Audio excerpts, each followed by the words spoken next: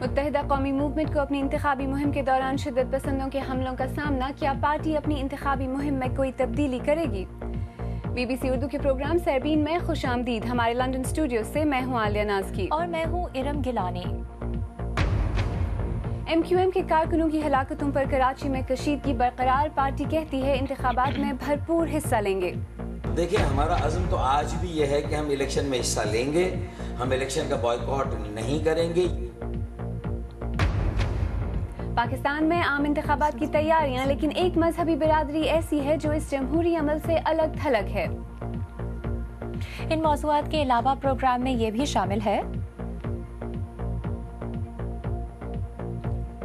Brussels में अमरीकी सरबराही में पाक अफगान बातचीत। नेटो के सेक्रेटरी जनरल ने कहा कि पाकिस्तान अपनी तरफ के शिद्दत पसंदों को खत्म करे।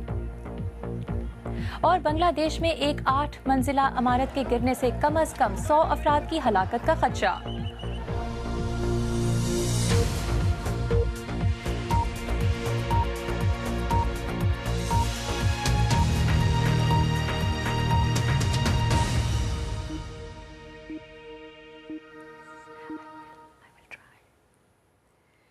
BBC उर्दू के प्रोग्राम सरबीन में खुशामदीद। मैं हूँ आलिया नाज़की। पाकिस्तान की 3 सूबाई दारुल हुकूमतों में गुज़श्ता 24 घंटों में होने वाले 8 बम धमाकों के बाद इंतखाबी सरगर्मियों पर खौफ के बादल छा गए हैं और इंतखाबी नारे धमाकों की गूंज में दब कर रह गए हैं। इन धमाकों में सियासी जमातों के कारकुनों और हमदर्दों समेत 11 अफराद हलाक और 62 ज़ख्मी हो गए हैं।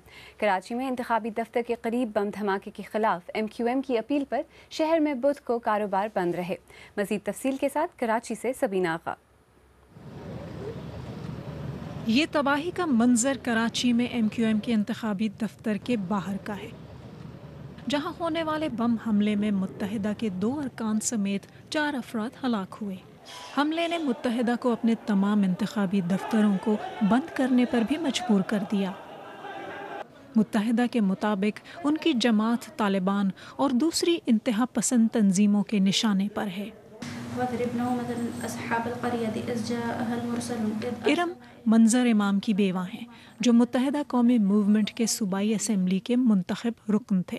मंजर इमाम 3 माह पहले कातिलाना हमले में हलाक हुए, जिसकी जिम्मेदारी तहरीक तालिबान ने कबूल की। यकीन नहीं है इस बात का मुझे कि शहीद कर दिए गए। 2009 से ना काफ़ी उनको धमकियाँ दी जा रही थी और काफ़ी कॉल्स वगैरह भी आई थी। पहले तो पर्ची आई थी शादी के 1 हफ्ते के बाद। इन्होंने चीखना चिल्लाना शुरू किया कि मुझे धमकी आ रही है, मैं नहीं बचूंगा। फिर मुसलसल धमकी आ ही रही थी। लेकिन सिर्फ मंजर इमाम ही नहीं, बल्कि MQM की पूरी क़यादत और कारकुन पाकिस्तानी तालिबान के निशाने पर है। यानी ख़तरा तो मौजूद है। ये खंदकें हैं जो MQM के सीनियर रहनुमा वसीम अख्तर के मुताबिक उन्होंने अपने तहफ़्फ़ुज़ के लिए अपने घर के इर्द गिर्द बना रखी हैं। सबसे बड़ी थ्रेट कराची में MQM को है from these terrorist belonging to Taliban, belonging to banned outfits. तो जिसका इजहार उन्होंने किया, हमारे 2 MPA शहीद किए और हमारे काफ़ी हमारे जलसों के ऊपर बॉम्ब ब्लास्ट हुए हैं। वो ना इस आइन को मानते हैं, ना रूल्स को मानते हैं, ना पार्लियामेंट को, ना जमहूरियत को, और वो हथियार फेंक के बात भी नहीं करना चाहते। तो उसके खिलाफ MQM बहुत ओपनली आई थी। सलामुअलैकुम भाई, 90 जाना है। आपको मोबाइल ऑन ऑफ है? ऑन है। MQM के मुताबिक वो इंतहा पसंदों के हमलों और उनकी धमकियों से खौफज़दा तो नहीं, मगर कुछ एहतियाती तदबीरें ज़रूर इख्तियार की हैं, जिसकी मिसाल मुत्तहिदा का मरकज़ी दफ्तर 90 है, जहाँ पर मैं इस वक्त मौजूद हूँ। इसकी सिक्योरिटी में पहले के मुकाबले में कई गुना ज़्यादा इजाफा कर दिया गया है। तज्ज़ियाकारों के मुताबिक MQM दरअसल अपनी सिक्योलर पॉलिसियों की वजह से इंतहा पसंदों के निशाने पर है, और खौफ की फ़िज़ा में तो शफ़ाफ इंतखाबात मुमकिन नहीं हो सकते। नवाज शरीफ के जलसे पे अटैक नहीं होता, इमरान खान के जलसे पे अटैक नहीं होता। हम ये नहीं चाहते कि अटैक हों। MQM और पीपल्स पार्टी ANP, ये 3 सियासी जमातें ऐसी हैं जिनमें MQM कराची में टॉप पे है और इनको सबसे ज़्यादा थ्रेट मौजूद है। जो एक्सट्रीमिस्ट हैं वो ये समझते हैं कि MQM जो है वो इंटरनेशनल फोर्सेस के नज़दीक है, उनको हिडन या किसी तरह से साथ देती है, जिसकी वजह से MQM को ज़्यादा थ्रेट होती है। MQM शुरू से ही तालिबानाइजेशन के ख़िलाफ़ रही है और 2012 में तालिबान के ख़िलाफ़ अवामी राय अपने हक़ में करने के लिए एक रेफरेंडम का ऐलान भी किया। रेफरेंडम तो ना हो सका, मगर तालिबान उनके मज़ीद मुखालिफ ज़रूर हो गए। MQM का ख़याल है कि इंतहा पसंद एक सोचे समझे मंसूबे के तहत उन्हें इंतखाबी अमल से दूर रखने की कोशिश कर रहे हैं, मगर कराची की दीवारों पर जगह जगह लिखे अल्फाज MQM के इस मौक़िफ़ की तायीद करते हैं कि वो इंतखाबात में हिस्सा लेने के अपने कानूनी और आइनी हक़ से दस्तबरदार नहीं होगी। सबीन आगा, BBC न्यूज़, कराची। इसी बारे में अब से कुछ देर पहले मैंने कराची में MQM के सीनियर रहनुमा फारूक सत्तार से बात की और उनसे पूछा कि MQM पर हमलों की वजह क्या हो सकती है। जब से इंतखाबी अमल शुरू हुआ है, 20 दिन में हमारे 25 से ज़्यादा कारकुनान और ज़िम्मेदारों को शहीद किया गया है। जो हामियों की तादाद है वो इसके अलावा है, और ये दहशतगर्द हमले भी हैं और जराइम माफिया की जानिब से भी जो है वो इस तरह की कार्रवाइयाँ हो रही हैं। हम ये समझते हैं कि बुनियादी तौर पर ये MQM के हाथ पैर बांध कर, MQM को दीवार से लगा कर ऐसा लगता है कि अपनी मर्ज़ी के इंतखाबी नताइज हासिल करने की एक साजिश हो रही है। आपने साजिश की बात की, तो कौन है जो ये साजिश कर रहा है? इस मर्तबा जो लोग यूज़ हो रहे हैं या जो हमें नज़र आ रहा है वो इंतहा पसंद दहशतगर्द हैं। उनकी आमाजगाहें या अड्डे किसी से ढके छुपे नहीं। कराची के किन इलाक़ों में ये लोग हैं, उनका किस तरह का गठजोड़ एक अरसे से कायम हुआ है। यहाँ के जराइम माफिया के साथ ख़ास तौर पर वो जो लियारी नाम नहाद लियारी अमन कमेटी, जो लियारी माफिया है, और उनके हाथों जिस तरह आए दिन हमारे कारकुनान को कत्ल किया जा रहा है, और हम नौबत यहाँ तक आ गई है कि हमें अपने इंतखाबी दफातर बंद करने पड़े, क्योंकि कीमती इंसानी जानों को बचाना भी है। इन हालात में आपकी जमात क्या हिकमत अमली इख्तियार कर रही है? इंतखाबी मुहिम आप कैसे चलाएंगे? पहले तो मैं ये बता दूं कि हम देखें, हमारा अज़्म तो आज भी ये है कि हम इलेक्शन में हिस्सा लेंगे, हम इलेक्शन का बॉयकॉट नहीं करेंगे। ये शायद हमें बॉयकॉट करने पर मजबूर भी किया जा रहा हो, जैसे 93 में भी हमारे साथ इसी तरह की साजिश हुई थी। उस वक्त जो एस्टैब्लिशमेंट के लोग थे उन्होंने बड़े खुलकर जो है वो फरमाइश की थी कि 5-6 नशिस्तों से हम दस्तबरदार हो जाएं, किसी और सियासी जमात को वहाँ से इलेक्शन लड़ने की आज़ादी हो और वो बिला मुकाबला कामयाब हो जाए। तो अभी तक किसी ने खुली फरमाइश तो नहीं की है, लेकिन मैं तो निगरान हुकूमत को भी इसका ज़िम्मेदार ठहराऊँगा।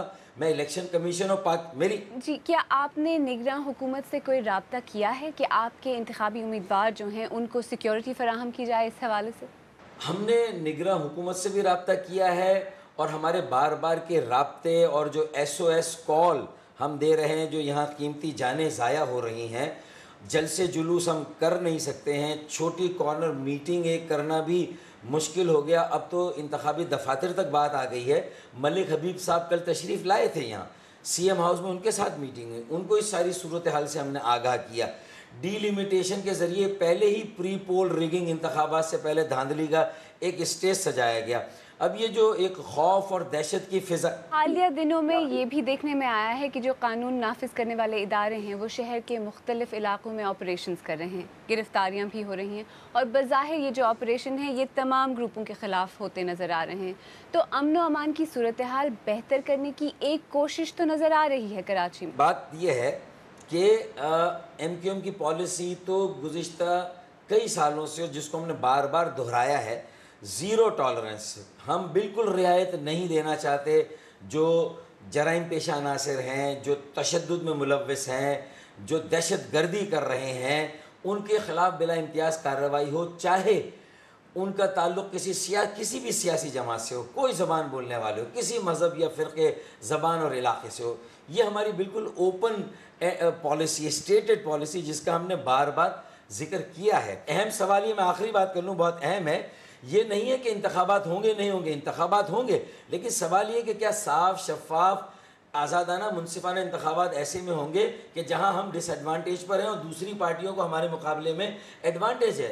وہ آزادی کے ساتھ انتخابی مہم چلا رہی ہیں، جبکہ ہم پر جو ہے وہ پابندیاں لگی ہوئی۔ بہت شکریہ ہم سے بات کرنے کا فاروق ستار صاحب، بہت بہت شکریہ۔ فاروق ستار صاحب سے میں نے کچھ دیر پہلے بات کی۔